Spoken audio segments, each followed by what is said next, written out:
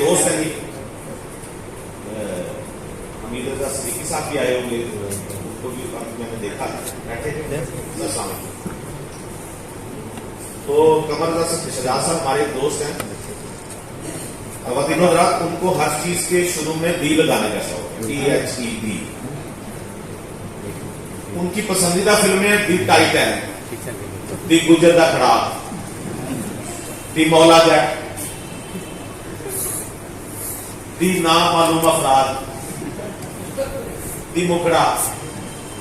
अच्छा, उनके खाने भी उन्होंने जो खाना उन्हें पसंद आता है उसके शुरू में भी दी लगा दिया, दी दाल माश, दी भिंडियां, दी करेले, दी आलू कीमा। तो ये उनका बस का, जो शख्स उन्हें जो चीज पसंद आए उसके शुरू में दी लगा। तवज्जो कीजिएगा सर, उनकी शादी हुई, अब ससुराल में दावतें शुरू की, ससुराल में इज्जत, ससुराल में तो आपको पता है स्टार्ट में तो बहरहाल इज्जत ही होती है। उन्होंने कहना शुरू कर दिया दी ससुराल। यार आज मैं दी ससुराल वाल गया था, दी ससुराल ने मैंने घड़ी दी है, दी ससुराल वाले मैंने सूट आया, दी ससुराल की क्या बात। अब उनकी शादी को हो चुके 18 साल, ससुराल के साथ दी वो अब भी लगाते हैं लेकिन अब बाद में लगाते हैं।